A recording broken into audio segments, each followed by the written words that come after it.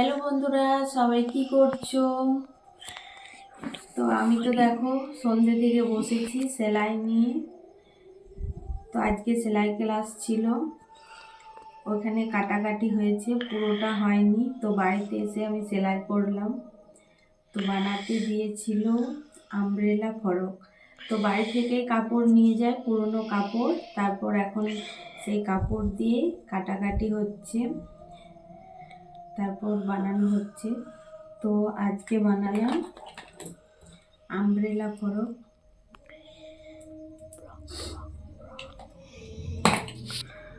তো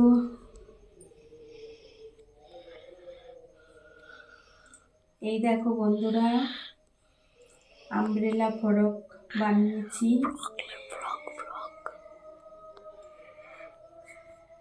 তো কেমন হয়েছে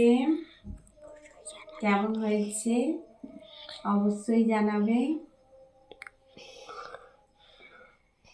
এখন ছোট ছোট পুরনো কাপড় দিয়ে ছোট ছোট বানানো শিখছি।